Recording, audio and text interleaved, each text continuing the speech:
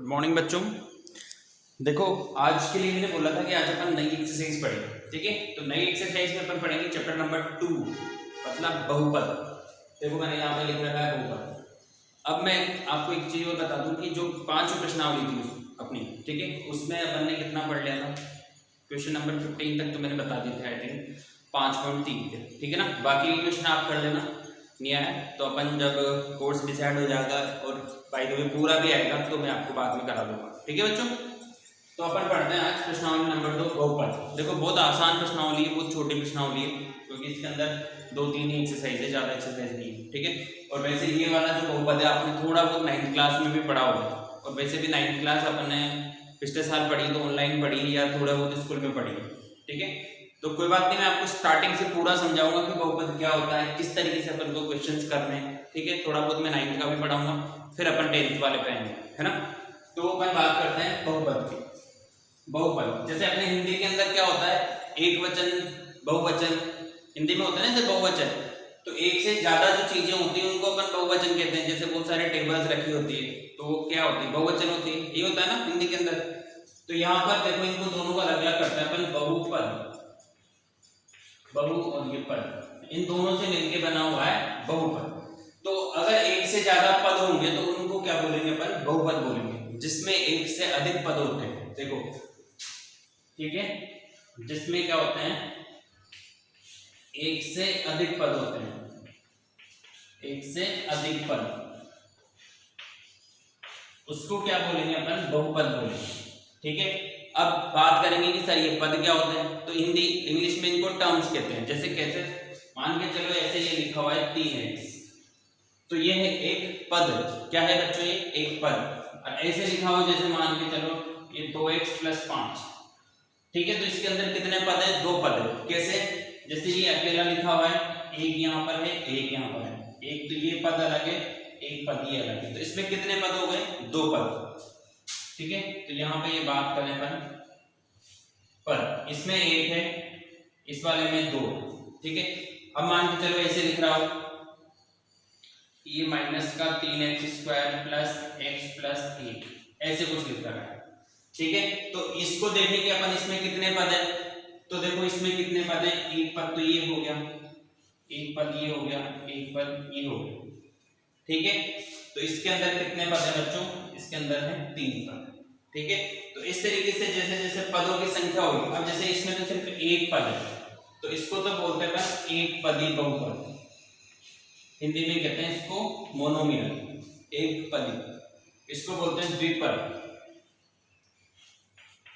इसको बोलते हैं कितना, द्विपद। और इसको बोलते हैं बच्चों त्रिपद। क्या बोलते हैं इसको, त्रिपद, ठीक है। तो देखो इसमें एक पद था, इसमें 2 पद है, इसमें 3 पद है। अब इनमें से बात करेंगे इनमें से सर बहुपद कौन सा है, तो एक से अधिक पद, इन दोनों में एक से अधिक पद है या नहीं। तो ये दोनों किसके उदाहरण है, एक तरीके से बहुपद के उदाहरण है। आ रही है आपको बात समझ में, ये दोनों किसके उदाहरण है, बहुपद के उदाहरण है। तो इनको ऐसे कैसे आप लिख लो, एक ये ऐसे इसके सामने पद, एक पद ही बोलेंगे, 2 पद है इसको द्विपद बोलेंगे, ये 3 पद है इसको क्या बोलेंगे अपन, त्रिपद बोलेंगे, ठीक है। तो बहुपद अपना चैप्टर स्टार्ट कर लो आप, और जो सामने लिख रहा है उसको आप अपनी कॉपी में नोट कर लो, ठीक है। अब अपन बात करते हैं इसके आगे। ऐसा अपन ने 9th क्लास में पढ़ा था शायद, तो ये तो हो गया कि पद, बहुपद कैसे होते हैं, किस तरीके से अपन उनको लिखते हैं।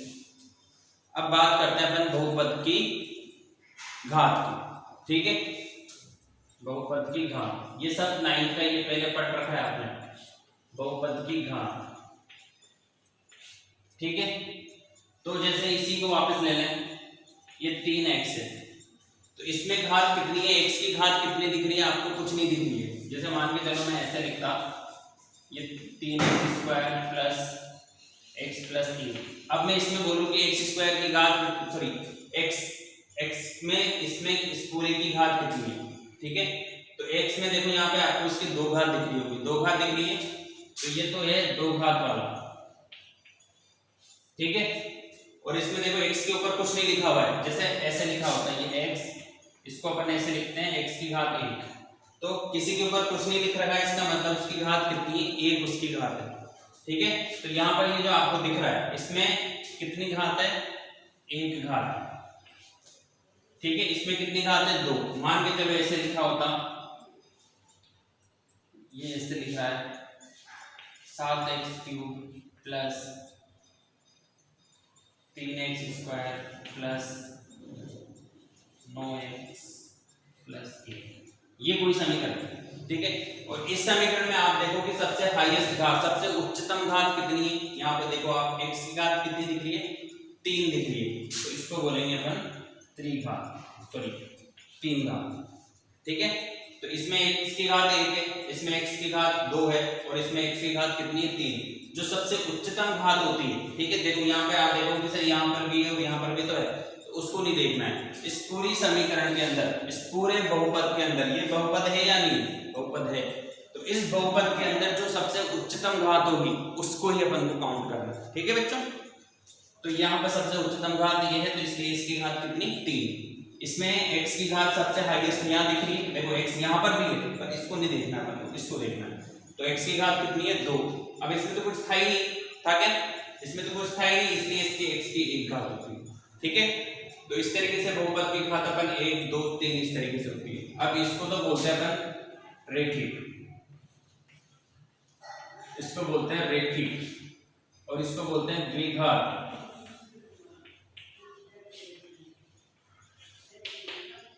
ठीक है। देखो जिसमें x की 1 घात होती है इसको बोलते हैं अपन रेखिक समीकरण, जिसमें x की 2 घात होती है उसको बोलते हैं द्विघात समीकरण, और जिसमें x की 3 घात होती है उसको बोलते हैं अपन त्रिघात समीकरण, ठीक है। इसका एक और नाम मुझे याद नहीं आ रहा अभी, ठीक है। अपन जो पढ़ेंगे सबसे ज्यादा वो पढ़ेंगे अपन द्विघात समीकरण, ठीक है। अपने जो अब 10th क्लास में है वो कौन से क्वेश्चन है, द्विघात समीकरण वाले, रेखिक वाले पहले अपन थोड़े बहुत 9th में पढ़े थे, मैं और पढ़ाऊंगा आपको। तो अपन पढ़ेंगे सबसे ज्यादा कौन से क्वेश्चन, द्विघात समीकरण वाले, ठीक है। घात को वापस से समझ लो, बहुपद की घात समझ में आ रही है, x अकेला लिख रखा है तो x की 1 घात होगी, रेखिक समीकरण कहेंगे। इस तरीके से समीकरण लिखी हुई है, उसमें x की 2 घात दिख रही है तो उसको अपन द्विघात समीकरण कहेंगे। इसमें x की अधिकतम घात 3 दिख रही है तो उसको 3 घात और त्रिघाती समीकरण कहेंगे।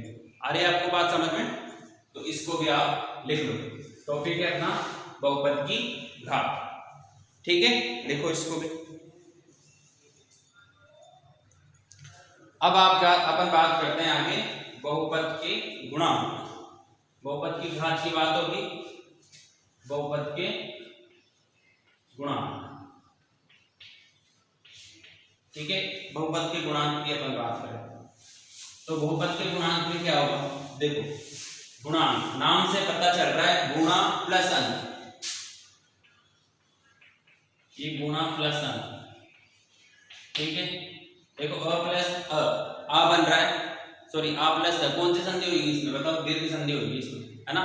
देखो हिंदी क्या कहेंगे, तो गुणांक, देखो जो गुणा का अंक होगा उसको ही क्या कहेंगे अपन, गुणांक कहेंगे। देखो यहाँ पर ये 3 और ये x दोनों आपस में एक दूसरे से गुणा में है, जैसे इसको अपन 3 गुणा x ऐसे लिख सकते हैं, नहीं लिख सकते, ठीक है। तो जो भी गुणांक होगा एक संख्यात्मक मान होगा x का, देखो इसमें अपन गुणांक याद करें तो x का संख्यात्मक मान,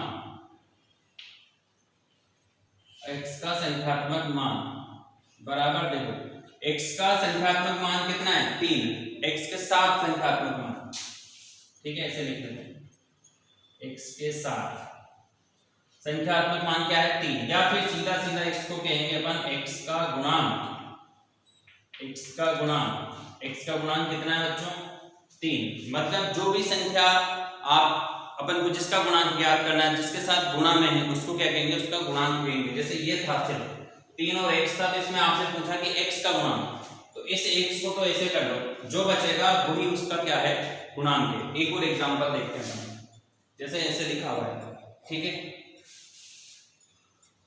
ऐसे लिखा हुआ है, ये माइनस का 3x² plus x plus 1 equals to 0, ये एक द्विघात समीकरण है।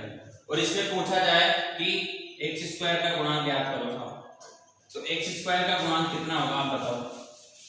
देखो इसको अच्छे से, अभी जो मैंने समझाया उसके हिसाब से कि x² का गुणांक कितना होगा बताओ। देखो इसको अच्छे से, x² ये रहा x², एक्स स्क्वायर के साथ में कौन सी संख्या है गुणा में, माइनस का 3 है, तो एक्स स्क्वायर का गुणांक कितना हुआ, माइनस का 3 होगा। समझे बात को, इसको अपन गुणांक के। अब आपसे इसी क्वेश्चन में पूछे कि एक्स का गुणांक बताओ, एक्स का गुणांक, तो x का गुणांक देखो, x के साथ में कौन सी संख्या दिख रही है आपको, कुछ नहीं दिख रहा है। अभी भी मैंने समझाया था कि जैसे ये x 1 के ऊपर ऐसे लिखा होगा तो उसको x बोलेंगे, और देखो 1 into x लिखेंगे तो भी उसकी वैल्यू कितनी आएगी, x, क्योंकि 1 को किसी भी संख्या के साथ गुणा करो वापस से वही संख्या आएगी या नहीं आएगी, आएगी। तो यहाँ पर x का गुणांक कितना है बच्चों, इस x का जब x अकेला लिखा रहेगा तो उसका मतलब उसका गुणांक कितना है, उसका गुणांक 1 है। कितना है उसका गुणांक, 1। समझो बात को। तो इस तरीके से अपन को क्या करना है, x का गुणांक ज्ञात करना है। मैंने आज आपको 3 चीजें समझाई, ठीक है। सबसे पहले तो एकपदी, द्विपदी, त्रिपदी बहुपद, ठीक है। उसके बाद घात वाला समझाया, रेखिक, द्विघात और त्रिघात, ठीक है, दूसरी चीज। तीसरी चीज समझाया मैंने बहुपद के गुणांक। तो गुणांक क्या होगा, जो भी साथ में गुणा का अंक होगा उसको क्या कहेंगे, इसका गुणांक कहेंगे। थोड़ा सा और समझते हैं। जैसे मान के चलो ये समीकरण हो गया आपकी ax² plus bx plus c बराबर 0। इस समीकरण को देखो, कहीं जाने पहचाने लग रही है, कहीं मिली हो आपको, पर आपको अग्री क्या जाने पहचाने, इसको बोलते हैं द्विघात समीकरण का व्यापक रूप। मतलब जो भी द्विघात समीकरण होगी उसका व्यापक रूप कैसा होगा, ऐसा होगा।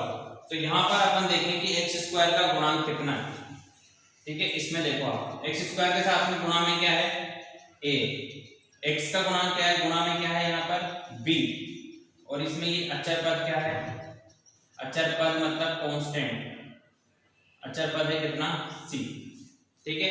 अब इसकी इस समीकरण की इससे तुलना करें तो यहाँ पर a बराबर क्या होगा, माइनस का 3 होगा, b बराबर क्या होगा, 1 होगा, और c बराबर भी क्या होगा, 1। देखो एक्स स्क्वायर का गुणांक क्या है, 3, x का गुणांक क्या है, यहाँ पे कुछ नहीं, मतलब यहाँ पे लिखेंगे अपन 1, और ये अचर पद c बराबर क्या है, वापस 1, ठीक है।